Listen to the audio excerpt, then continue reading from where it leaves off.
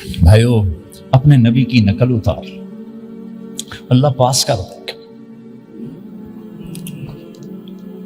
اس نے ایک چنا ہے جس کو حبیب بنایا ہے، 10,000 سال کا پروسیس ہوا اور اس میں سے محمد مصطفیٰ صلی اللہ علیہ وسلم کی ہستی کو وجود ملا۔ آپ کو آنے میں اتنا زمانہ چاہیے تھا کہ اعلیٰ سے اعلیٰ چیز کے بننے میں دیر لگتی ہے، تو کائنات 10,000 سال گھومی اور تب جا کر میرے حبیب مصطفیٰ صلی اللہ تعالی علیہ وسلم کو اللہ تعالیٰ نے وجود بخشا۔ سب سے عالی نسب، سب سے عالی خاندان، سب سے عالی صفات۔ اب اللہ کے خزانوں سے لینے کا راستہ پاؤنڈ نہیں، ڈالر نہیں ہے، تجارت نہیں ہے، اللہ سے لینے کا راستہ میرے نبی کا طریقہ ہے۔ تجارت میں ہو، زراعت میں ہو، جاب میں ہو، کھیتی باڑی میں ہو، میرے نبی کا طریقہ ایک مسجد کا ہے، نماز، 5 وقت کی نماز۔ یہ میرے نبی کی آنکھوں کی ٹھنڈک ہے۔ 5 وقت کی نماز اس امت کی شان پہچان ہے، اور اللہ تعالیٰ نے پہلی امتوں پر اتنی بڑی مشقت ڈالی کہ ان کی نماز مسجد کے علاوہ کہیں نہیں ہوتی تھی، مسجد میں ہی ہوتی تھی۔ ہمارے لیے کتنی آسانی کر دی، جاب میں ہے، مصلی بچھا نماز پڑھ، چلو مصلی بھی کوئی نہیں، زمین دیکھ اس پر کوئی گندگی تو کوئی نہیں ہے، بس زمین بھی تیرے لیے پاک ہے، چل نماز پڑھا۔ اور آسانی کر دی، پانی کوئی نہیں ہے، کوئی بات نہیں، مٹی میں ہاتھ مار، منہ پہ مل، پھر ایک ہاتھ مار، یوں کر، چل نماز پڑھ، میں تیری قبول کروں گا۔ یہ کسی امت کے ساتھ یہ نہیں ہوا، انہیں وضو ہی کرنا تھا چاہے پانی 50 میل پر موجود ہو، اور ہمارے لیے پانی کوئی نہیں ہے، چلو تیمم، مٹی میں ہاتھ ہمارا یوں کیا، پھر ہاتھ ہمارا ایک یوں کیا، ایک یوں کیا، چل بھائی اللہ اکبر قبول۔ عمار بن یاسر رضی اللہ تعالیٰ عنہ سفر میں تھے، ان کو نہانے کی ضرورت ہو گئی، نائٹ فال ہو گیا، تو انہوں نے سوچا کہ ویسے تو آدمی کو وضو کی ضرورت ہوتی ہے تو خالی منہ پہ ہاتھ مارا اور یوں کونیوں تک، لیکن مجھے تو غسل کی ضرورت ہے، تو خالی اس سے تو کافی نہیں ہوگا۔ تو انہوں نے کپڑے اتارے، اکیلے تھے، ریت کے اوپر کبھی یوں لیٹے، کبھی یوں لیٹے، کبھی یوں لیٹے، 3-4 دفعہ یوں اور یوں رول ہوتے ہوتے پھر انہوں نے نماز پڑھی۔ آئے اللہ کے نبی کی بارگاہ میں، یا رسول اللہ مجھے رات کو نہانے کی ضرورت پڑ گئی، تو میں نے کہا وضو کے لیے تو خالی یہ 2 دفعہ کرنا کافی ہے، تو یہ تو نہانا تھا، تو میں تو ریت میں خوب رول ہوتا رہا۔ میرے نبی نے انما یکفیک ضربتان، ارے سیدھے بندے عمار، اس کے لیے بھی اتنا ہی کافی تھا کہ تو یوں کرتا اور یوں کرتا اور تو پاک ہو جاتا۔ اللہ نے اس نبی کے طفیل، اس محبوب مصطفیٰ صلی اللہ علیہ وسلم کے طفیل، اللہ نے کیا کیا سہولتیں اور آسانیاں ہمیں عطا فرمائیں۔ پھر نماز 4 کی 2 رکعت کر دی، کہ تم مسافر ہو 2 پڑھو، روزے میں سفر میں روزہ معاف کر دیا، بعد میں رکھ لینا، بعد میں رکھ لینا، قضا کرنے کو حکم، بالکل چھوڑنے کا نہیں۔ اور کہا گیا بھائی مریض ہو چھوڑ دو، مسافر ہو چھوڑ دو، اور نماز 2 رکعت کر دو، سنتیں چھوڑ دو۔ ابن عمر رضی اللہ تعالیٰ عنہ بیٹھے تھے، تو انہوں نے 2 رکعت پڑھ کے بیٹھ گئے، تو ان کے خادم نے کہا سنتیں نفل نہیں پڑھو گے؟ کہا اگر پڑھنا تو 4 فرض پڑھتا میں، میرے اللہ نے معافی دے دی تو میں کیوں پڑھوں؟ میرے نبی نے سفر میں سنتیں نہیں پڑھی کبھی، اپنی امت کو سہولت دینے، فجر کی سنتیں 2 پڑھتے تھے، اس کے علاوہ سنتیں نہیں پڑھی تاکہ میری امت کو سہولت ہو، آسانی ہو۔ ایک دفعہ بارش ہو رہی تھی اور کوئی جگہ نہیں تھی نماز پڑھنے کے لیے، تو آپ نے اپنی اونٹنی کو آگے کیا اور اس پر بیٹھ گئے، بیٹھے ہی تھے، پیچھے صحابہ نے اونٹنیوں پر ہی صفیں بنائی، اور یہ نماز اونٹنی پہ بیٹھ کر ادا کی گئی۔ بارش کے اندر نماز اونٹنی کے اوپر نماز بھی ہو گئی، رکوع بھی ہو گیا، سجدہ بھی ہو گیا، سلام بھی ہو گیا۔ پہلی امتوں کے لیے نہیں تھا، سجدہ ہی کرنا پڑے گا۔ یہ اللہ کے محبوب مصطفیٰ صلی اللہ تعالی علیہ وسلم کی طفیل، میرے اللہ نے ہم پہ فضل و احسان کیا، تو میرے نبی کی زندگی میں عبادات میں نماز سب سے اعلیٰ نظر آتی ہے، سب سے نمایاں نظر آتی ہے۔ اور پھر بازار میں، گھر میں، دفتر میں، ماحول میں میرے نبی کے اخلاق، یہ زندگی کا دوسرا روشن پہلو ہے۔ میرے نبی کی ساری زندگی 2 لفظوں میں آتی ہے، عبادت اخلاق، عبادت اخلاق، یا تو اور لفظ حقوق اللہ حقوق العباد، حقوق اللہ حقوق العباد۔ حقوق اللہ میں نماز سب سے اعلیٰ، اور حقوق العباد میں لوگوں کی برداشت کرنا، لوگوں سے درگزر کرنا، معاف کرنا، جھوٹ سے بچنا، دھوکے سے بچنا۔ میرے نبی سے پوچھا گیا یا رسول اللہ مسلمان کنجوس ہو سکتا ہے؟ ہم نے کہا ہو سکتا ہے۔ یا رسول اللہ مسلمان کمزور ہو سکتا ہے، بزدل ہو سکتا ہے، ڈرپوک ہو سکتا ہے؟ ہم نے کہا ہو سکتا ہے۔ یا رسول اللہ مسلمان جھوٹ بول سکتا ہے؟ ہم نے کہا نہیں، جھوٹ نہیں بول سکتا، جھوٹ نہیں بول سکتا۔ ہاں، الا لعنت اللہ علی الکاذبین، جھوٹوں پہ اللہ کی لعنت۔ اس لعنت کے ساتھ 400 پاؤنڈ بچا لیے، 4000 بچا لیے، 4 ملین بچا لیے، 4 بلین بچا لیے، 4 ٹریلین بچا لیے، ساری دنیا کو بچا لیا، اور اوپر اللہ کی لعنت پڑی تو اللہ کی قسم گھاٹے کا سودا ہے۔ اور سچے ہو گئے، سچ بولا، یہ میں 100 پاؤنڈ کماتا ہوں، لے لو جو لینا ہے اس میں سے، یہ میں 1000 پاؤنڈ کماتا ہوں، لے لو جو لینا ہے، یہ میں 50,000 پاؤنڈ کماتا ہوں، لے لو جو لینا ہے، کہ مسلمان کی زبان سے جھوٹ نہیں نکلتا، سچ ہی بولتا ہے۔ مسلمان جھوٹ نہیں بولتا، مسلمان دھوکہ نہیں دیتا،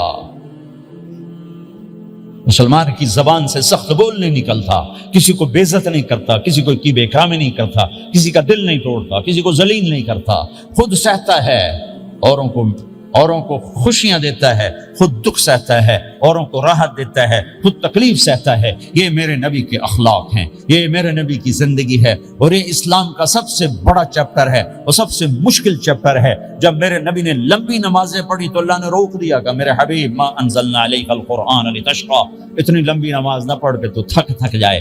میرے نبی نے تبلیغ میں زور دکھایا تو اللہ نے روک دیا، فلتذهب نفسك علیہم حسرات، میرے نبی اتنا غم نہ کر کے آپ خود ہی آہیں بھرتے بھرتے آپ مر جائیں۔ میرے نبی نے مال سارا خرچ کیا، اللہ نے اس سے بھی روک دیا، وَلَا تَبْسُطْهَا كُلَّ الْبَسْطِ فَتَقْعُدَ مَلُومًا مَحْسُورًا، اتنا خرچ نہ کریں کہ آپ خود پھر دکھی ہو کے بیٹھ جائیں۔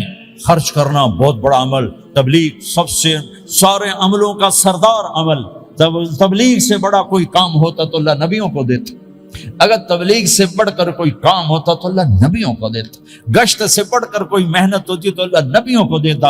950 سال نوح علیہ السلام گشتی کر رہے ہیں، اور اللہ کی مان لو، اللہ کی مان لو، اتنا عظیم عمل کا میرے نبی درمیانہ نماز سب سے بڑی عبادت، میرے نبی درمیانہ کام، لیکن جب میرے نبی نے اخلاق اچھے کیے، دشمن کو معاف کرنا۔ ایک آدمی آپ سوئے ہوئے تھے، آپ کی تلوار لٹکی تھی، ایک آدمی آیا، اس نے آپ کی تلوار اتاری اور یوں ہماری پسلی میں، آپ اٹھ کے بیٹھ گئے، اب وہ قتل کے ارادے کے لیے آ چکا ہے اور تلوار یہاں ہے، کہتا من یمنعک منی، اب بول تمہیں کون بچائے گا؟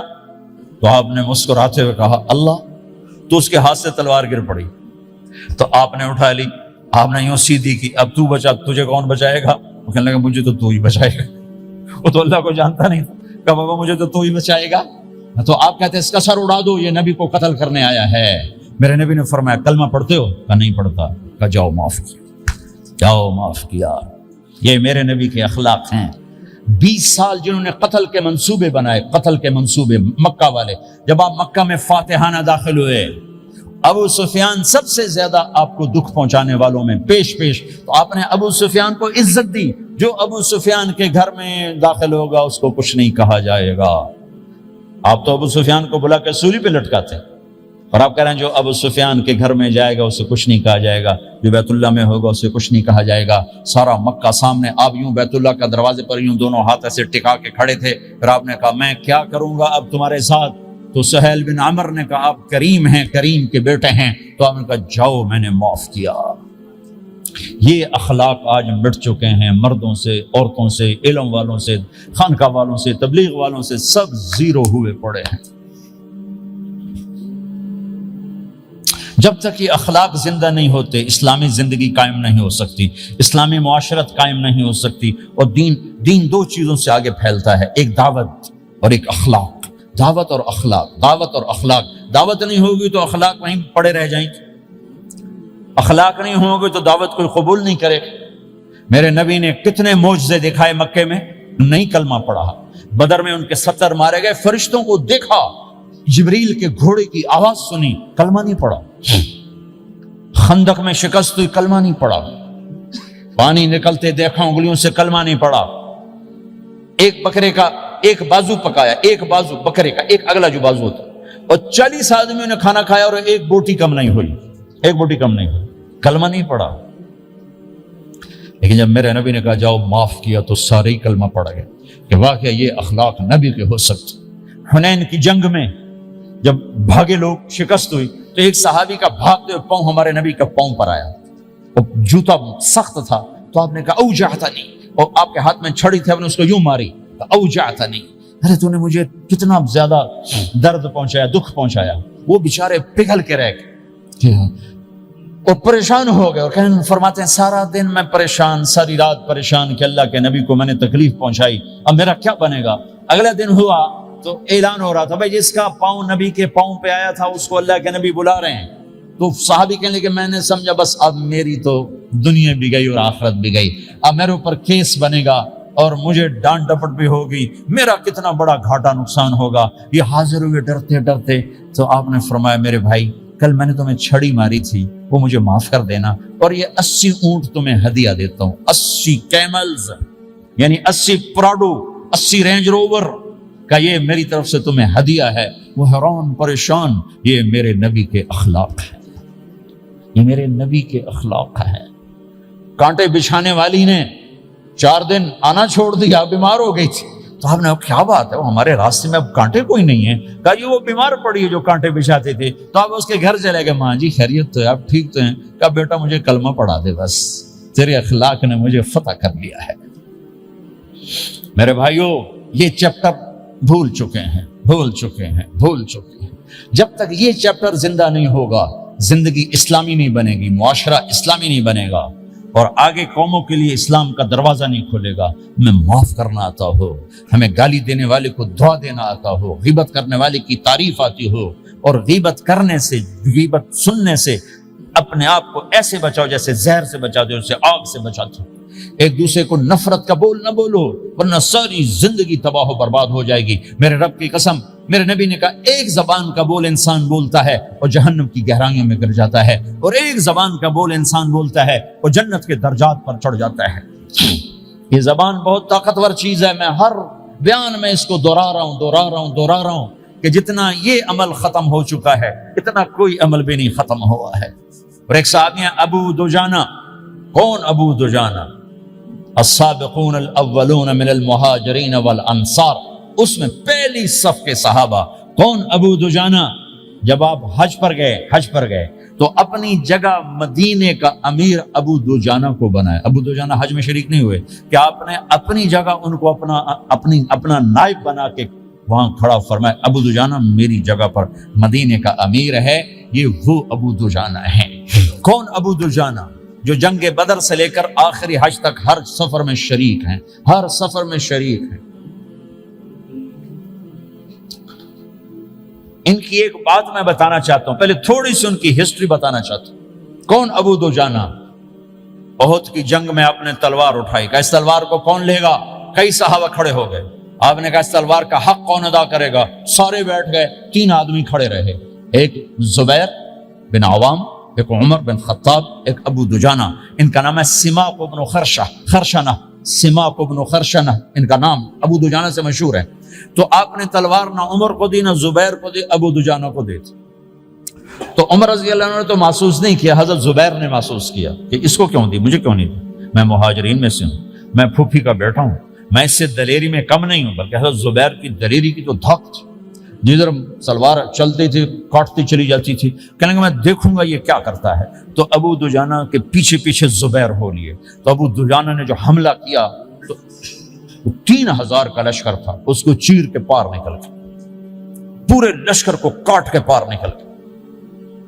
اور آگے عورتیں کھڑی تھیں جو مکے کے لشکر کو تیار کر رہی تھیں. نحن بنات طارقی نمشی علی النمارقی مشی القتل البوارقی المسك في المخالق المسك في المفارق والضر في المخالق ان تقبلوا نعانق وتدبروا نفارق فراق غیر وامق.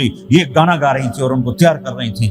تو جب ابو دجانہ کی تلوار نظر آئی تو سب بھاگی، ہندا پکڑی گئی. تو آپ نے یوں اپنی تلوار ہندا کے سر پر رکھی، انہوں نے چیخ ماری، تلوار ہٹا لی. تو زبیر پیچھے پیچھے کہ کیا کیا ہے؟ جنگ میں اگر کوئی عورت حصہ لے اسے مارنا جائز ہے، ویسے جائز نہیں ہے. عورت کو، بچے کو، بوڑھے کو ہاتھ لگانا جائز نہیں ہے. تو انہوں نے کہا تلوار کیوں نہیں چلائی؟ کہا میرے محبوب کی تلوار ہے، عورت کے خون سے رنگین کر کے اس کی شان نہیں گھٹانا چاہتے، یہ میرے نبی کی تلوار. پھر واپس ہوئے، پھر اٹیک کیا اور پھر مجمع کو چیر دیا. سامنے ایک آدمی آ رہا تھا ہاتھی کی طرح، اتنا لمبا موٹا تازہ. تو زبیر کہنے لگے میرے جی میں آیا کبھی اس کی ٹکر ہونا پھر میں دیکھوں ابو دجانہ کیا چیز ہے. تو اللہ کا کرنا ایسا ہوا ابو دجانہ دونوں آمنے سامنے ہو گئے. تو وہ ایسے شاہ سوار تھے کہ دونوں طرف کے لشکر ذرا تھم گئے اور وہ دونوں بھڑ گئے. ابو دجانہ کے اپنے جوہر، اس پہلوان کے اپنے جوہر، غبار اٹھا، مٹی اٹھی، اور اس کی اپنی طاقت، ان کی اپنی طاقت، انہوں نے ابو دجانہ کو اس نے زخمی کر دیا۔ ابو دجانہ نے جو جوش میں آ کے ماری تلوار، اس کو لگی یہاں، تو اتنی طاقت سے لگی کہ اس کے نیچے اتر کر 2 ٹکڑوں میں تقسیم کر دی۔ ماری، ایک حصہ ادھر ایک حصہ، پھر یوں دیکھا اور اپنے چہرے سے لوہے کی ٹوپی اتاری، اما ترا انا ابو دجانہ، کیا دیکھ رہے ہو، میں ہوں ابو دجانہ، تلوار صحیح لی ہے میں نے، غلط نہیں لی، یہ ابو دجانہ ہیں۔ اور جب شکست ہو گئی احد کی جنگ میں، اور پھر 10-12 آدمی نے آپ کو گھیرے میں لیا ہوا تھا، ان میں ایک ابو بکر تھے، عمر تھے، علی تھے، طلحہ تھے، زبیر تھے، سعد بن ابی وقاص تھے، اور سہل بن حنیف تھے، عبادہ قتادہ بن نعمان تھے، اور ابو دجانہ تھے رضی اللہ تعالی عنہم، ان میں سے ایک ابو دجانہ بھی تھے۔ اور یمامہ کی جنگ میں ابو دجانہ شہید ہوئے، یمامہ کی جنگ میں شہید ہوئے۔ یہ ابو دجانہ کی تھوڑی سی سیرت آپ کے سامنے آئی ہے۔ اس کے بعد اب آپ ان کے قول کو سنو تاکہ اس کا وزن آپ کے سامنے آئے۔ یہ بدر کے شریک ہیں، اللہ کے نبی نے کہا بدر کا صحابی جو مرضی کرے بخشا گیا۔ یہ صلح حدیبیہ کے شریک ہیں، اللہ نے قرآن میں کہا لقد رضی اللہ، میں ان سے راضی ہو گیا۔ یہ صحابی ہیں، اللہ نے کہا کلا وعد اللہ الحسنی، اے میرا نبی تیرے ہر صحابی کے لیے جنت کا وعدہ ہے۔ اور اب یہ کیا کہتے ہیں، یہ کیا کہتے ہیں لوگو، ان ارجع عملی عند، لوگو میرے پاس، ابو دجانہ میرے پاس بخشش کا سب سے بڑا عمل جانتے ہو کیا ہے؟ بدر نہیں، احد نہیں، حدیبیہ نہیں، خندق نہیں، خیبر نہیں، فتح مکہ نہیں، آخری حج نہیں، کیا ہے؟ کیا ہے لوگو؟ ان ارجع عملی عندی، میرے پاس آخرت میں بخشش کا سب سے بڑا عمل بس ایک ہے کہ ما آذیت احدا باللسان، میں نے اپنی زبان سے کبھی کسی کو دکھ نہیں پہنچایا۔ ولا اجد فی قلبی غلا لاحد، اور میرے دل میں کسی کے لیے بغض کوئی نہیں ہے، بس یہ میری بخشش کا عمل ہے۔ تو بھائیو، نبی کے اخلاق میں 2 چیزیں لے لو، ایک زبان سے کسی کو دکھ نہ دو، ایک دل میں کسی کا بغض نہ رکھ۔ اللہ کی قسم بغیر حساب کتاب کے جنت میں جاؤ گے۔ بڑے بڑے جنید بغدادی اور بڑے بڑے معرفت والے تمہیں دیکھتے رہ جائیں گے، تمہاری رفتار اتنی تیز ہوگی کہ تمہیں وہی پکڑ سکے گا جس کا یہ 2 عمل تم سے زیادہ اچھا ہوگا۔ جس روڈ پہ رش ہوتا آپ وہاں سے گاڑی ہٹا لیتے ہو، ادھر نہیں، ادھر رش ہے، وہ سائن وغیرہ آپ کو آ جاتے ہیں کہ ادھر بلاک ہے، ادھر نہیں جانا، ادھر جانا ہے۔ تو جہاں روڈ پہ رش ہوتا ہے تو قیمتی سے قیمتی گاڑی کی رفتار بھی آہستہ ہو جاتی ہے، اور جہاں روڈ خالی ہوتا ہے تو پرانی گاڑی بھی بھاگے جا رہی ہوتی۔ ہمارے یہاں پرانی گاڑی ہوتی ہے نا، پرانی بسوں کے پیچھے لکھا ہوتا ہے نہ انجن کی خوبی نہ ڈرائیور کا کمال، خدا کے سہارے چلی جا رہی ہے۔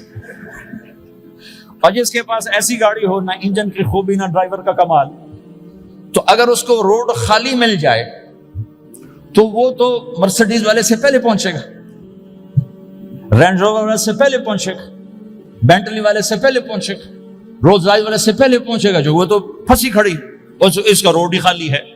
تو میرے بھائیو، یہ میں ایک مثال دیتا ہوں، عبادات کی روڈ پہ بہت رش ہے، نمازی بے شمار ہیں، روزے دار بے شمار ہیں، عمرے والے بے شمار ہیں، حج والے بے شمار ہیں، اور تہجد گزار بے شمار ہیں، علماء بے شمار ہیں، حافظ بے شمار ہیں، ذکر والے بے شمار ہیں، بہت رش ہے، تبلیغ والے بے شمار ہیں، لیکن جو اخلاق والا روڈ ہے نا، یہ خالی پڑا ہے۔ اس پہ موٹر زوکی پہ چڑھ کے آ جاؤ تو سب سے آگے نکل جاؤ، سائیکل پہ چڑھ کے آ جاؤ تو سب سے آگے نکل جاؤ، کہ روڈ ہی خالی ہے، اخلاق کا روڈ خالی ہے۔